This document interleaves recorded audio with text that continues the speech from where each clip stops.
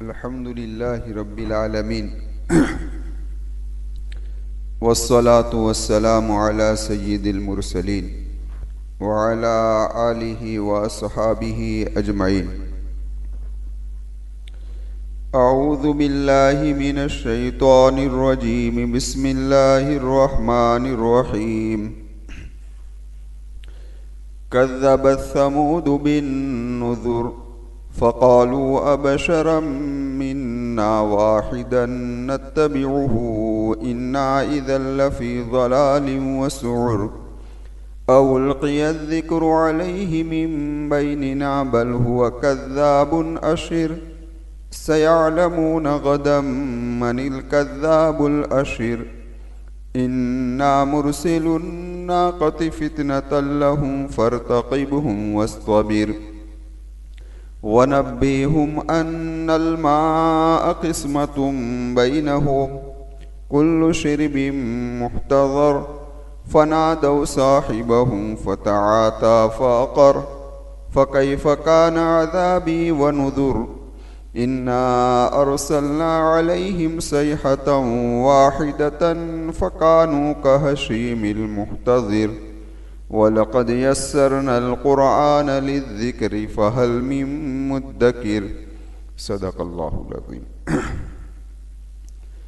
मुअज़्ज़ज़ सामीन किराम और पर्दा नशीन ख़वातीन, इससे पहले वाली मजलिस के अंदर कौम आद का तज़किरा हुआ था और आज के इस सबक के अंदर कौम समूद का तज़किरा है। इससे पहले आप हजरात के सामने ये बात अर्ज़ हो चुकी है कि आद भी एक शख्स का नाम था और समूद भी एक शख्स का नाम है और इन दोनों के दादा होते हैं इरम और इनका नसबनामा 4 वास्तों के बाद हज़रत नूह अलैहिस्सलाम के साथ मिल जाता है। हज़रत नूह अलैहिस्सलाम के साहबजादे साम की औलाद में से ये दोनों थे। खैर, इनकी जो औलाद हुई और उस वक्त जो कौम आबाद थी उस पूरी कौम को कौम समूद कहा जाता है। जिस तरीके से ताकत और क़ुव्वत के एतबार से कौम आद थी, इसी तरीके से कौम समूद भी कुछ कम नहीं थी और बड़ी ताकत वाली थी कौम। अल्लाह तबारक व ताला ने इन्हें भी खुशहाली दी थी। बागात थे, खेत थे, यानी कि महल्लात थे, सब कुछ था इनके पास। और अल्लाह तबारक व ताला ने उन्हें यह क़ुव्वत अता फरमाई थी कि वो पहाड़ों को तराश कर मकान बनाते थे और इसी में ये लोग अपनी रहाइशगाह इनकी यही रहा करती थी। खैर, मैं अर्ज़ कर रहा था कि ये लोग इतने माहिर थे इसके अंदर कि तालाब और कुएं खुद हाथ से खोद लिया करते थे। अल्लाह ने ऐसी ताकत दी थी इनको और उनके बागात की जो इनकम है तो उनका ज़्यादातर माल इन्हीं के अंदर खर्च होता था। आप ज़रा देखें कि जो कौम पहाड़ों को तराश तराश कर अच्छी किस्म के मकानात बनाती हो और इसी पहाड़ों को पत्थरों को तराश कर ये लोग अच्छी डिज़ाइन बनाया करते थे, तो इन लोगों ने इस तरीके से मूर्तियों को बनाना शुरू किया। अब जब मूर्तियाँ बन गई तो फिर उसी की इबादत करना इन लोगों ने शुरू कर दिया। इस तरीके से पूरी कौम क्या हो गई भाई, बहक गई। तो अल्लाह तबारक व ताला ने उनकी तरफ एक नबी को भेजा। उसी के बारे में सूरह हूद के अंदर है, व इला समूद अखाहुम सालिहा, कि हमने समूद की तरफ उसके भाई सालेह को भेजा। किसको भेजा? सालेह अलैहिस्सलाम को। तो समझ लीजिए इस बात को कि हज़रत सालेह अलैहिस्सलाम उन्हीं में से थे, उन्हीं के फ़र्दों में से थे। तो हज़रत सालेह अलैहिस्सलाम उनकी तरफ आए और उनको तौहीद की दावत दी और हर नबी का यही तरीका रहा है, इन्हें तौहीद की दावत दी। लेकिन कौम ने हज़रत सालेह अलैहिस्सलाम को झुठलाया। उसी को कुरान करीम की इस आयत करीमा में कहा गया, कज़्ज़बत समूद बिन्नुज़ुर, कि कौम समूद ने डराने वालों को झुठलाया। अब ज़रा देखिए, ये नुज़ुर जो है ना, ये जमा है। जमा का मतलब है कि बहुवचन है। हालांकि मैंने अभी कहा कि कौम की तरफ तो सिर्फ अकेले सालेह अलैहिस्सलाम ही गए थे, सारे अंबिया तो नहीं गए थे, एक ही नबी गए थे सालेह अलैहिस्सलाम। लेकिन कुरान करीम ने फरमाया कि डराने वाले यानी सारे अंबियाओं को झुठलाया। इससे पता ये चला कि एक नबी को झुठलाना ये सारे नबियों को झुठलाने के बराबर है, सारे नबियों को झुठलाने के बराबर है। क्योंकि हर नबी का मंशूर एक ही रहा है, तौहीद, ईमान, अम्र बिल मारूफ, नहीं अनिल मुनकर। शरीयतें हर अंबियाओं में, हर नबियों में अलग अलग रही है, यानी कुछ फर्क रहा है, लेकिन दीन में सारे अंबिया मुत्तफिक है, एक ही दीन है। क्या है भाई? एक ही दीन। इसलिए एक नबी को झुठलाना ये सारे अंबियाओं को झुठलाने के बराबर है। तो कज़्ज़बत समूद बिन नुज़ुर। आगे फरमाया फ़क़ालू अबशरम मिन्ना वाहिदन नत्तबिउ। ये हर कौम का तरीका रहा है। तो उन्होंने कहा कि क्या हम जैसे तन्हा एक शख्स का इत्तिबा करें। समझ में आई बात? यानी ये तो हमारे सामने सब कुछ इसका हुआ है और हमारे सामने ये बड़ा हुआ है, यानी कहने का मकसद हम ही में रह रहा है, सब कुछ हमारे साथ उसका रहना सहना है, तो क्या हम उसका इत्तिबा करें? इन्ना इज़ल लफ़ी ज़लालिम व सुऊर।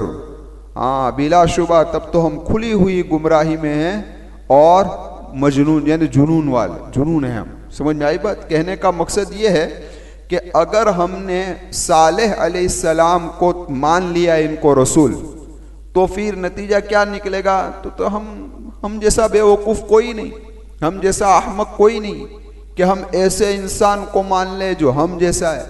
हालांकि अल्लाह तबारक व ताला को किसी नबी को भेजना तो किसी फरिश्ते को भेजते, या जिसको अल्लाह तबारक व ताला ने मालो दौलत दिया है और जो बड़ा मर्तबा वाला है उसको नबी बनाकर भेजते। ये अकेले ऐसे आदमी को, ऐसे शख्स को अल्लाह ने नबी बनाकर भेजा, हम उसको मानेंगे नहीं। अउल्क़िया ज़िक्रु अलैहि मिन बैनिना। क्या वो कहते हैं कि क्या हमारे दरमियान से उसी पर वही नाजिल की गई? क्या कहा? उसी पर वही नाजिल की गई। अगर अल्लाह तबारक व ताला वही नाजिल करना चाहते तो हम में बहुत सारे मालदार हैं, बहुत सारे जत्थे वाले हैं, बहुत सारे बागात वाले हैं, उनमें से किसी पर वही को नाजिल करता। लेकिन अल्लाह तबारक व ताला ने तो एक ऐसे शख्स की तरफ वही को नाजिल किया, हम मानेंगे नहीं। अब यही बात आप देखेंगे ना, तो यही बात मुशरिकीन मक्का ने भी कही थी। जब नबी करीम सल्लल्लाहु अलैहि वसल्लम ने उनके सामने तौहीद पेश की तो उन्होंने कहा फ़क़ालू अबशरम, जिस तरीके से यहाँ कहा ना, उन लोगों ने भी कहा था फ़क़ालू लौला नुज़्ज़िला हाज़ल क़ुरआन अला रजुलिन मिनल क़रियतैन अज़ीम, कि अगर अल्लाह तबारक व ताला इस कुरान को नाजिल इन दोनों बस्तियाँ हैं यानी मक्का और ताइफ में जो मुअज़्ज़ज़ आदमी है उस पर नाजिल करता। ए अबू तालिब के भतीजे, तू तो यतीम पैदा हुआ है, तुझ पर कुरान नाजिल हुआ, हम मानेंगे नहीं। तो इस तरीके से हर कौम का ये सेवा रहा है। तो इन लोगों ने भी झुठलाया, फिर कहा बल हुआ कज़्ज़ाबुन अशीर, उन्होंने कहा कि बल्कि बहुत बड़ा झूठा है। किसको कहा भाई? हजरत सालेह अलैहिस्सलाम को। और कहा अशीर, इतराने वाला है, यानी शेखीबाज है। शेखीबाज का मतलब कि अपने आप को नबी जतला रहा है कि मैं नबी हूँ, तो ये शेखीबाज आदमी है, इतराने वाला है। तो अल्लाह तबारक व ताला ने कहा सयअलमून गदम मनिल कज़्ज़ाबुल अशीर, अनकरीब ये लोग जान लेंगे, आइंदा कल जान लेंगे। आइंदा कल का मतलब ये नहीं कि कल ही जान लेंगे, गदन अरबी का लफ्ज़ है जिसका तर्जमा होता है आइंदा कल, लेकिन यहाँ आइंदा कल मुराद नहीं है, यानी अनकरीब करीबी ज़माने के अंदर ये लोग जान लेंगे कौन झूठा है और कौन इतराने वाला है। खुद कुरान करीम ने एक जगह पर फरमाया है वल तंजुर नफ्सुम मा क़द्दमत लिगद, हर नफ्स क़यामत के दिन जान लेगा कि उसने आगे क्या भेजा है। क़यामत के दिन सबका रजिस्टर खुलने वाला है, किसने क्या क्या अमाल किए हैं। अल्लाह तबारक व ताला मेरी भी हिफाजत फरमाए, आप तमाम की हिफाजत फरमाए। इसलिए हमें ये दुआ करती रहनी चाहिए, ए अल्लाह मैंने इस ज़मीन की जिस जिस जगह पर गुनाह किए हैं उन सारी जगहों से निशानात को मिटा दे। समझ में आई बात? उन जगहों से, फरिश्तों की यादों से, अमाल नामे से गुनाहों को ही मिटा दे। और अल्लाह बड़ा रहीम है, करीम है, अल्लाह से मांगे कि अल्लाह इन गुनाहों की जगह पर नेकियों को डाल दे। अल्लाह के लिए कोई मुश्किल नहीं है, अल्लाह सय्यात को हसनात से तब्दील बदल सकता है। तो हम अल्लाह से दुआ मांगा करें। देखो जिस तरीके से मौत करीब आती जा रही है, मसलन मेरी उम्र 50 साल की हो गई, अभी हम मौत के करीब जा रहे हैं, समझ में आई बात। तो जिस तरीके से हम मौत के करीब जा रहे हैं, हमें अल्लाह तबारक व तआला की तरफ ज़्यादा मुतवज्जे होना चाहिए, अपने गुनाहों की ज़्यादा माफ़ी मांगनी चाहिए। अल्लाह मुझे भी माफ़ फरमा दे, आप तमाम को माफ़ फरमा दे। खैर मैं अर्ज कर रहा था कि उससे मुराद के अनकरीब ये लोग जान लेंगे। अब अल्लाह आगे फरमाते हैं, ऐ सालेह अलैहिस्सलाम, इन्ना मुरसिलुन नाक़ति फितनतल लहुम, यकीनन हम भेजने वाले हैं उनकी तरफ आजमाइश के तौर पर एक उठनी को। फरतक़िबहुम वस्तबिर, आप इंतज़ार कीजिए, वो सब्र कीजिए, ऐ सालेह सब्र कीजिए, देखते रहिए क्या होने वाला है आगे। अब ये उठनी वाला वाक़िया मैं सूरह शम्स की तफसीर में भी आप हजरात के सामने कर चुका हूँ, इससे पहले भी, और ये उठनी का तस्कीरा कुरान करीम में बहुत सारी जगह पर है। अब बात क्या हुई थी कि हज़रत सालेह अलैहिस्सलाम ने जब उनके सामने तौहीद को पेश किया तो इन लोगों ने कहा कि भाई कोई मोजिज़ा दिखाओ तो हम मानेंगे, बगैर मोजिज़े के हम आपको नबी मानते नहीं हैं। तो हज़रत सालेह अलैहिस्सलाम ने फरमाया कि अगर मैं तुमको मोजिज़ा दिखा दूँ तो क्या ईमान ले आओगे? तो इन लोगों ने कहा जी हाँ, हम ईमान ले आएंगे। फरमाया कि फिर अगर तुम ईमान नहीं लाए ना तो फिर अल्लाह का अज़ाब क्या है, सख्त, अल्लाह के अज़ाब से बच सकोगे नहीं। अब इन लोगों ने एक बात तय की कि भाई साल में एक दिन हम अपने माबूदों को लेकर फुला जगह पर जाते हैं, आप भी वहां पर आए। और उनका ये दस्तूर था कि वो अपने माबूदों को जेवरात पहनाते थे, आरास्ता करते थे, फिर उस जगह पर ले जाते थे और पूरे साल की मुरादें मांगते थे, पूरे साल की, और पूरे साल की मुरादें मांग कर वो लोग चले आते थे। उनके ख्याल के मुताबिक उनकी मुरादें पूरी हो जाती थी। तो इन लोगों ने कहा कि आप भी अपने माबूद से मांगेंगे, हम भी अपने माबूद से मांगेंगे, किसका माबूद देता है हम देखते हैं। तो ये लोग गए और रिवाज के मुताबिक उन्होंने अपने माबूदों को रखा और उनसे मुरादें मांगनी साल भर की शुरू की। तो हज़रत सालेह अलैहिस्सलाम ने कहा कि भाई ये मुरादें जो तुम मांग रहे हो, ये मुरादें जो तुम मांग रहे हो, कोई ऐसी मुराद मांगो कि जो यूँ लगे कि हाँ ये आपके माबूद ने दी। तो फिर इन लोगों ने ऐसी मुराद मांगी, लेकिन कोई नतीजा सामने आया नहीं। अब सारे लोग मुरादें रो रो कर मांग रहे हैं, लेकिन पूरी हो नहीं रही है। तो अब क्या है, तो कि हजरत सालेह से कहने लगे कि अब सालेह हम तुझसे कहते हैं कि तू भी अपने रब से मुराद मांग, तेरा रब कितना ताकत वाला है हम देखें। अब ये जो मशवरा दिया था ना, वो जुंदा बिन अम्र ने दिया था, तो कि भाई अब हमारी इज्जत और हमारी दिल्लती से बचने की एक ही राह है कि हम भी अब सालेह से सवाल, ऐसा अटपटा सवाल करें, ऐसी मुरादें मंगवाए उससे कि जो नामुमकिन हो, ताकि उसकी मुराद भी पूरी ना हो तो क्या हो जाए भाई, हमारी इज्जत रह जाए कि हमारी भी मुरादें पूरी नहीं हुई, तुम्हारी भी मुरादें पूरी नहीं हुई। तो अब कौम ने जुंदा से कहा कि भाई आप हमारे सरदार हैं, आप ही बताइए कि हम सालेह से कौन सी डिमांड करें अलैहिस्सलाम से कि भाई ये चीज़ हम करके दिखा तो हम तुझे मान लेंगे, तेरा माबूद ताकत वाला है। अब आपस में मशवरा हुआ, मशवरे से जुंदा ने कहा कि भाई हम सालेह अलैहिस्सलाम से कहते कि फुला पहाड़ है, इस पहाड़ में से ऊँटनी को निकालो। किसको निकालो? ऊँटनी को। और फिर ऊँटनी भी कैसी होनी चाहिए, तो कि ऊँटनी भी बहुत बड़ी कद्दो कामत वाली होनी चाहिए, एक। दूसरा उसकी पेशानी काली होनी चाहिए।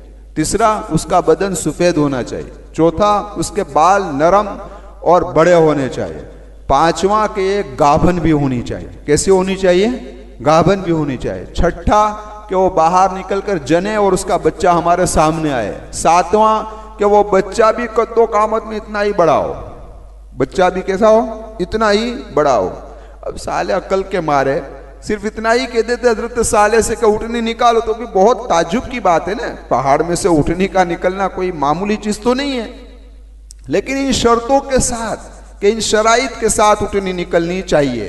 हजरत सालेह अलैहिस्सलाम ने कहा ठीक है।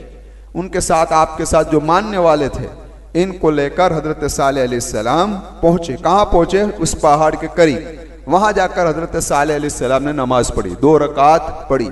पता चला सारे मसाइल का हल अल्लाह ने किस में रखा है? नमाज में रखा है। किसमें रखा है भाई?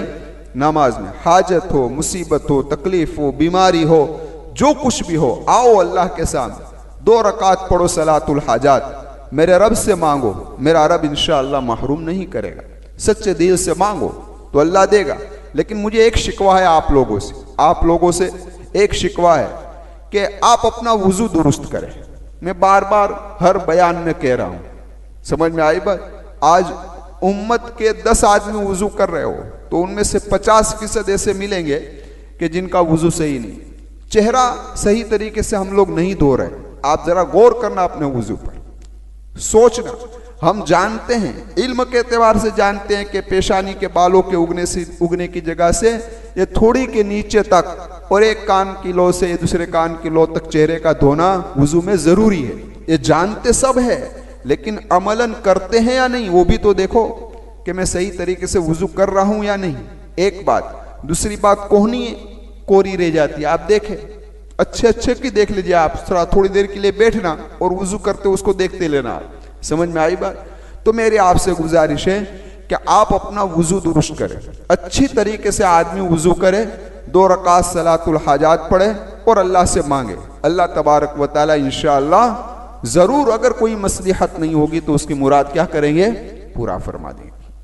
खैर, बात उस तरफ जाएगी। हजरत सालेह अलैहिस्सलाम ने 2 रकात नमाज अदा की और नमाज अदा करने के बाद अल्लाह तबारक व तआला से मांगा। तो जिस तरीके से ऊँटनी गाभन हो और जन्ने के बिल्कुल करीब हो तो जो आवाज आती है ना, इस तरीके से पहाड़ से आवाज आनी शुरू हुई, पहाड़ फटा और जैसी ऊँटनी इन लोगों ने मांगी थी ऐसी ऊँटनी जाहिर हो गई। समझ में आई बात? आकर वो तो चरने भी लग गई। अब ये सारे लोग देख रहे हैं। तो उस वक्त जुंदा बिन अम्र के साथ 6000 आदमी ईमान के अंदर दाखिल हुए, लेकिन बाकी लोगों ने इनकार कर दिया। क्या कर दिया? कि हम अभी भी साले को मानेंगे नहीं, अलैहिस्सलाम को मानते नहीं है। तो हजरत सालेह अलैहिस्सलाम ने फरमाया, जो देखो भाई, अब अल्लाह का अजाब तो आ सकता है, लेकिन एक शर्त है, तो अल्लाह के अजाब से तुम लोग बच जाओगे। वो शर्त ये है कि अब इस ऊँटनी को और ऊँटनी के बच्चे को अब छेड़छाड़ मत करना। अगर तुमने इनको छेड़छाड़ किया तो फिर अल्लाह तबारक व तआला का अज़ाब आएगा। अब एक बात समझ लो कि अल्लाह तबारक व तआला ने पहाड़ से ऊँटनी को क्यों निकाला? पहाड़ से ऊँटनी को क्यों निकाला? तो मुफस्सिरीन ने उसका जवाब ये दिया है, इस बिना पर निकाला कि ये लोग पहाड़ को तराश कर मूर्तियां बनाते थे। क्या बनाते थे? मूर्तियां बनाते थे। तो अल्लाह इनको बतलाना चाहता था कि तुम पहाड़ तराश कर ऐसी मूर्तियां बनाते हो जो न बोल सकती है, न देख सकती है, न कुछ कर सकती है, न उसमें कोई जान है। मैं खालिक हूं, मैं मालिक हूं, मैं पहाड़ से ऐसी मखलूक को भी निकाल सकता हूं कि जिसके अंदर जान है। क्या है? जिसके अंदर जान है। और दूसरी बात कि जिस तरीके से पहाड़ सख्त है और अल्लाह तबारक व तआला ने उसको नरम करके उसके अंदर से ऊँटनी को निकाल दिया, तो इस तरीके से तुम्हारे दिल सख्त है, लेकिन ऐसे मोजिज़े को देखकर अब नरम, हिदायत को कबूल करना चाहिए। समझ में आई बात? तो खैर, अल्लाह तबारक व तआला ने ऊँटनी निकाली। अब ऊँटनी आई तो ऊँटनी तो बड़ी कद्दो कामत वाली थी, जैसे कि बहुत बड़ा टीला हो। उसके बाद उनके कहने के मुताबिक वो जनी भी और बच्चा भी आ गया, और बच्चा भी इसी कदर बड़ा था, बच्चा भी इसी कदर बड़ा था। अब जैसे दूसरे गांव के जानवर वगैरह इनको देखते थे, हजरत अबू मूसा अशरी रज़ी अल्लाह तआला अन्हु फरमाते हैं कि वो इतनी कदो कामत वाली थी कि मैंने मकाम हिज्र पर पहुंचकर उसके बैठने की जगह देखी तो 90 मुरब्बा फीट थी, यानी समझे 90 फीट इस तरीके से और 90 फीट इस तरीके से, यानी 8100 स्क्वायर फीट सिर्फ उसके बैठने की जगह थी। कितनी? 8100 स्क्वायर फीट इसके बैठने की जगह थी। अब बैठे तो इसका फैलाव इतना हो तो ऊँटनी कितनी कदो कामत वाली होगी। अब ये ऊँटनी जब भी निकले चरने के लिए, पीने के लिए बाहर, तो सारे जानवर गायब उसको देखकर, और जहां तालाब में मुंह डाले तो मुंह तालाब खाली, हौज में मुंह डाले तो हौज खाली। अब सारे के सारे ये लोग क्या हो गए भाई? परेशान हो गए कि सालेह अलैहिस्सलाम की ऊँटनी की वजह से हमारे जानवर भूखे और प्यासे रहते हैं, अब उसका कोई हल करना चाहिए। तो इसी को कुरान करीम ने यहाँ पर फरमाया है कि भाई ये लोग पानी के बारे में पूछ रहे हैं ना, तो वनब्बिहुम, आप उनको बता दीजिए कि अन्नल माअ क़िस्मतुम बैनहुम, कि पानी उनके दरमियान तकसीम शुदा है, यानी कहने का मकसद बांटा हुआ है कि पानी की बारी मुतय्यन है। कुल्लु शिर्बिन मुख्तज़र, बस हर आदमी अपने वक्त पर आकर पानी पिलाए, यानी एक दिन अल्लाह की ऊँटनी के पानी पीने का रहेगा और चरने का रहेगा, और एक दिन तुम्हारे जानवरों को पीने का और चरने का रहेगा। यह ऊँटनी जब भी आती तो शहर के सारे लोग उसका दूध लेने के लिए आते हैं, तो पूरे शहर को उसका दूध काफी हो जाता है। हर आदमी उसको दो लेता था, हर आदमी की जरूरत पूरी हो जाती थी। तो ये सिलसिला जारी रहा, बारी इस तरीके से मुतय्यन हो गई। यहाँ एक मसला समझ लीजिए, मसला ये है कि क्या हौज हो या इस तरीके से कुआं हो, तो इस तरीके से तकसीम जायज है या नहीं है, कि भाई एक दिन तुम्हारी बारी एक दिन मेरी बारी, ये जायज है या नहीं है। ये वाकया तो हजरत सालेह अलैहिस्सलाम की ज़माने का है, शरीयत का है कि भाई बारी मुतय्यन हुई। तो क्या मोहम्मद सल्लल्लाहु अलैहि वसल्लम की शरीयत के अंदर भी ये मसला है या इस तरीके से बारी रखना जायज़ है या नहीं। तो एक उसूल समझ लो, उसूल ये है कि जो मसला कुरान करीम में अगली शरीयत का बयान किया गया हो और उसके खिलाफ कुरान के अंदर रद्द न हो और नबी करीम सल्लल्लाहु अलैहि वसल्लम की सुन्नत के अंदर कोई रद्द न हो, तो यह मसले को ऐसे ही शुमार किया जाएगा और उम्मत मोहम्मद के लिए भी यही मसला रहेगा। हाँ, अगर कुरान ने अगली उम्मत का कोई मसला बयान फरमाया और उसका रद्द कुरान व सुन्नत के अंदर मौजूद है, तो फिर यह हुक्म चलेगा नहीं।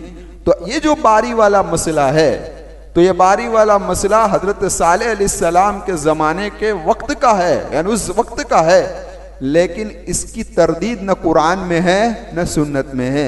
इससे पता चला कि मुश्तरक चीज हो, हर एक हुआ है, सबके लिए मुश्तरक है, तो उसमें बारी मुतय्यन की जा सकती है, उसके अंदर गुंजाइश है। खैर, तो यहां भी बारी मुतय्यन हुई। अब हुआ क्या कि एक फाहिशा औरत थी और उसके बाद कुछ बुरे लोग जाते थे। उसमें एक का नाम है किदार बिन सालिफ। अब ये किदार बिन सालिफ वालिदैन का नाफरमान आदमी था। समझ में आई बात। बाज़ औक़ात ऐसा होता है कि आदमी वालिदैन का नाफरमान होता है, अल्लाह उसको दूसरी जगह में मुब्तला कर देता है, जिसकी वजह से उसकी आखिरत क्या हो जाती है, खराब हो जाती है। समझ में आई बात। हम समझते हैं कि तो सिर्फ माँ बाप की मुखालफत कर रहा है, लेकिन उस अमल के वजह से वो दूसरे कामों में मुब्तला होता है और उस वजह से उसकी जिंदगी क्या हो जाती है, तबाह व बर्बाद हो जाती है। तो ये भी वालिदैन का नाफरमान था, एक फाहिशा औरत के चक्कर के अंदर फंस गया और उसके साथ उसे कुछ असहाब भी थे, साथी भी थे, दोस्त भी थे। अब ये रंग रेलिया उसके साथ किया करते थे। तो एक दफा किदार बिन सालिफ ने यह कहा कि हम कब तक ये छुपे छुपे इस तरीके से मिलते रहेंगे, इससे बेहतर है कि हम निकाह ही कर लें। हम क्या कर लें, निकाह कर लें। तो फाहिशा औरत बड़ी मालदार थी, उसके मवेशी भी बहुत ज्यादा थे और जानवर भी ज्यादा थे। तो उसने कहा कि भाई देख, ये मेरे जानवर है, मेरे मवेशी है, मेरे जो कुछ भी है, मालो दौलत, ये सब तेरा, मैं भी तेरी, लेकिन एक शर्त के साथ, सालेह अलैहिस्सलाम की ऊँटनी को मार डाल, तो ये सारी चीजें तेरी, मैं भी तेरी। इश्क बहुत अंधी चीज है। इश्क क्या है, बहुत अंधी चीज है। इश्क में न जाने आदमी क्या से क्या कर डालते हैं। अब ये नौजवानों को तो सिखाने की कोई जरूरत है नहीं। समझ में आई बात। तो कहने का मकसद ये है कि इश्क ने उसको अंधा कर दिया, तो ये इस बात के लिए भी तैयार हो गया। वो अपने साथियों को लेकर गया। हजरत सालेह अलैहिस्सलाम की ऊँटनी जहाँ से चरकर आती है जिस रास्ते पर, वहाँ छुप कर बैठ गए। जैसे आई ऐसे उन लोगों ने तीर की बारिश शुरू कर दी। अब जैसे तीर लगने शुरू हुए तो जख्मी हो गई, लेकिन बड़ी कदो कामत वाली थी, तो कोई उसके करीब आने की हिम्मत करता नहीं था। सारे लोग तलवार लेकर टूट पड़े बड़ी मुश्किल से, और फिर भी गिरी बिरी नहीं। लेकिन यही किदार बिन सालिफ ने पीछे से एक वार किया कि जिससे ऊँटनी के कूचे कट गए। समझ में आई बात। जिसकी बिना पर ऊँटनी गिर गई। इन लोगों ने तलवारों से अटैक शुरू किया और इस अटैक के बिना पर यह ऊँटनी को इन लोगों ने क्या कर दिया भाई, शहीद कर दिया। अब ऊँटनी जो मर गई तो सारा गोश्त शहर के अंदर क्या कर दिया, तकसीम कर दिया। इसी को कुरान करीम ने फरमाया, फनादौ साहिबहुम, उन लोगों ने अपने साहब को बुलाया, यानी अपने साथियों को बुलाया। फताआता, ये ताआता है ना, वो दरअसल ये होता है कि आदमी उंगलियों के बलबूते पर खड़ा हो और हाथ ऊंचा करे और ऊंचे से कोई चीज लेने, उसको ताआता कहते हैं। तो यहाँ कहने का मकसद ये है कि ये लोग, इन लोगों ने हाथ को बढ़ाए ऊँटनी को मारने के लिए। फकर, इन लोगों ने ऊँटनी को क्या कर दिया भाई, मार दिया। फ़कैफ़ कान अज़ाबी व नुज़ुर। अल्लाह फरमाता है सो कैसा रहा मेरा अज़ाब और मेरा डराना। अभी तो अज़ाब आया है नहीं, लेकिन कुरान ने पहले कह दिया कि कैसा रहा मेरा अज़ाब और मेरा डराना। अज़ाब आगे आ रहा है। अब जरा देखें, ऊँटनी को इन लोगों ने मार दिया तो हज़रत सालेह अलैहिस्सलाम को पता चला। हज़रत सालेह अलैहिस्सलाम ने उनसे कहा कि भाई देखो, अभी भी अज़ाब से बचने की एक शक्ल सूरत है। क्या शक्ल सूरत है कि ऊँटनी का जो बच्चा है ना, जो भाग गया है और उस पहाड़ के करीब पहुंच चुका है जिस पहाड़ से निकले थी इसकी अम्मी, वहां से हम ले आए, अल्लाह उसकी वजह से अज़ाब को रोक देगा। लेकिन ये लोग तैयार हुए नहीं। हज़रत सालेह अलैहिस्सलाम और उसके मानने वाले इस ऊँटनी को बच्चे को लेने के लिए गए तो ऊँटनी का बच्चा आया नहीं। देखा कि 3 मरतबा वो चीखा और चीखने के बाद पहाड़ फटा और इस पहाड़ के अंदर वो चला गया। ऊँटनी का बच्चा उसके अंदर चला गया। हजरत सालेह अलैहिस्सलाम ने फरमाया, यह ऊँटनी का बच्चा जो 3 मरतबा चीखा है, इससे पता यह चलता है कि 3 दिन में इस कौम पर अजाब आएगा। कितने दिन में आएगा? 3 दिन। आपने फरमाया यह बुध का दिन था। कौन सा दिन था? बुध का। जुमेरात के दिन सुबह में इन सब के चेहरे पीले हो जाएंगे। जुमा के दिन सुबह में इन सब के चेहरे लाल हो जाएंगे और शनिचर के दिन सुबह में इन सब के चेहरे सियाह हो जाएंगे। कैसे हो जाएंगे? फिर अल्लाह तबारक व ताला का अज़ाब आएगा। अब पहला ही दिन था, जुमेरात की सुबह में सबके चेहरे पीले हो गए। अब जैसे पीले चेहरे हुए तो इन लोगों ने कहा कि ये हल अब सालेह का ही करना पड़ेगा। क्या करना पड़ेगा? देखो, जब अल्लाह तबारक व ताला जब किसी का दिल सख्त हो जाता है ना, तो फिर हक बात भी समझ में आती नहीं है। अब इतनी निशानियों को देखने के बावजूद भी इनको समझ में आया नहीं, तो ये हजरत सालेह अलैहिस्सलाम को मारने के फिराक में निकले। हजरत सालेह अलैहिस्सलाम एक मस्जिद में इबादत किया करते थे, उस तरफ ये लोग गए। अब जब वहां पहुंचने के करीब आए तो दरख्त ने हजरत सालेह अलैहिस्सलाम को आवाज दी कि सालेह, ये लोग मारने के लिए आए हैं, आप अपने घर पर चले जाइए।